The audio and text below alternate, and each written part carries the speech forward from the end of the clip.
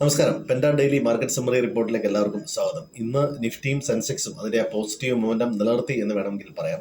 Nifty 25,000 മുകളിൽ നിന്ന് close ചെയ്യാൻ സാധിച്ചു. 31 പോയിന്റിന്റെ ഗെയിൻ ആണ് ഉണ്ടായത്. 0.13% ആണ് അപ്പായിരുന്നത്. സെൻസെക്സ് 51,550 ലെവലിൽ ക്ലോസ് ചെയ്തു. 126 പോയിന്റിന്റെ ഗെയിൻ, 0.16% ആണ്. നിഫ്റ്റി ബാങ്കും 54,649 ക്ലോസ് ചെയ്തു. 113 പോയിന്റിന്റെ ഗെയിൻ ആണ് ഉണ്ടായത്.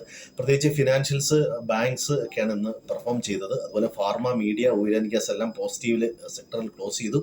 അതുപോലെ IT, ഓട്ടോ എന്നീ സെക്ടറുകളാണ് ഇന്ന് പ്രധാനമായിട്ടും നെഗറ്റീവായിട്ട് ക്ലോസ് ചെയ്തത്. പ്രധാനമായിട്ടും US ഒരു റേറ്റ് കട്ടിനെ സംബന്ധിച്ചുള്ള ഒരു പ്രതീക്ഷ മാർക്കറ്റ് പൊതുവെ വെച്ച് പുലർത്തുന്നുണ്ട്. US മാർക്കറ്റും അതേ തുടർന്ന് ബാക്കിയുള്ള എല്ലാ മാർക്കറ്റും. US ഇന്നലെ വന്ന PPI ഇൻഫ്ലേഷൻ ഡേറ്റ, അവിടുത്തെ അതായത് ഹോൾസെയിൽ പ്രൈസ് ഇൻഫ്ലേഷൻ ഡേറ്റ പ്രതീക്ഷിച്ചത്ര കൂടിയില്ല എന്നതാണ് അവിടെ ഒരു പോസിറ്റിവിറ്റി കാണിക്കാനുള്ള ഒരു പ്രധാനപ്പെട്ട ഒരു കാരണം. അതുകൂടാതെ ഇന്ന് അവിടുത്തെ കൺസ്യൂമർ പ്രൈസ് ഇൻഡെക്സ് അഥവാ റീറ്റെയിൽ ഇൻഫ്ലേഷന്റെ ഡേറ്റ ഇന്നുണ്ട്. ഇത് ഫേവറബിൾ ആയിട്ട് വന്നു കഴിഞ്ഞാൽ US മാർക്കറ്റിന് അത്യാവശ്യം പോസിറ്റീവായിട്ട് തന്നെ വരും. അതുപോലെ ECBയുടെ റേറ്റ് കട്ടിന്റെ ഡിസിഷൻ ഉണ്ട്. അവരുടെ റേറ്റ് നിലനിർത്തി എന്നുള്ളതാണ് വാർത്ത. മറ്റൊന്ന്, ഏഷ്യൻ മാർക്കറ്റുകളെല്ലാം മിക്സഡ് ആയിട്ടാണ് ഇന്ന് ട്രേഡ് ചെയ്തത്. ജപ്പാനിലെ ഇൻഫ്ലേഷൻ ഡേറ്റ ഉണ്ട്. ജപ്പാനിലെ ഇൻഫ്ലേഷൻ ഡേറ്റ കൂടിയതായിട്ടാണ് കണക്കുകൾ സൂചിപ്പിക്കുന്നത്. എങ്കിലും മാർക്കറ്റ് അവിടെ പോസിറ്റീവായിട്ട് തന്നെ ക്ലോസ് ചെയ്തു. മറ്റൊന്ന്, ഇന്ത്യ US ട്രേഡ് ഡീലിനെ സംബന്ധിച്ചിടത്തോളം ഉള്ള ഒരു പ്രതീക്ഷയും മാർക്കറ്റിനുണ്ട്.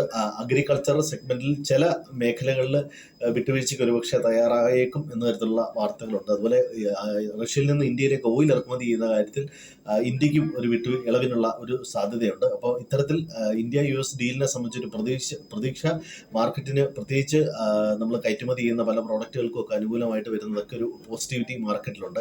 അതുകൂടാതെ തന്നെ ഇന്നിപ്പോൾ ക്യാപിറ്റൽ മാർക്കറ്റുമായിട്ട് ബന്ധപ്പെട്ട സ്റ്റോക്കുകളിലൊക്കെ ഒരു സെല്ലിങ് കണ്ടു. വീക്കിലി F&O എക്സ്പയറിയിൽ സെബി വരുത്താൻ പോകുന്ന ചില ചേഞ്ചസ് ആയിരിക്കാം ഒരുപക്ഷെ ഈ സെല്ലിങ്ങിനുള്ള ഒരു പ്രധാനപ്പെട്ട കാരണം. അതുപോലെ തന്നെ പലയിടത്തും ജിയോ പൊളിറ്റിക്കൽ ടെൻഷൻ വരുന്നുണ്ട്.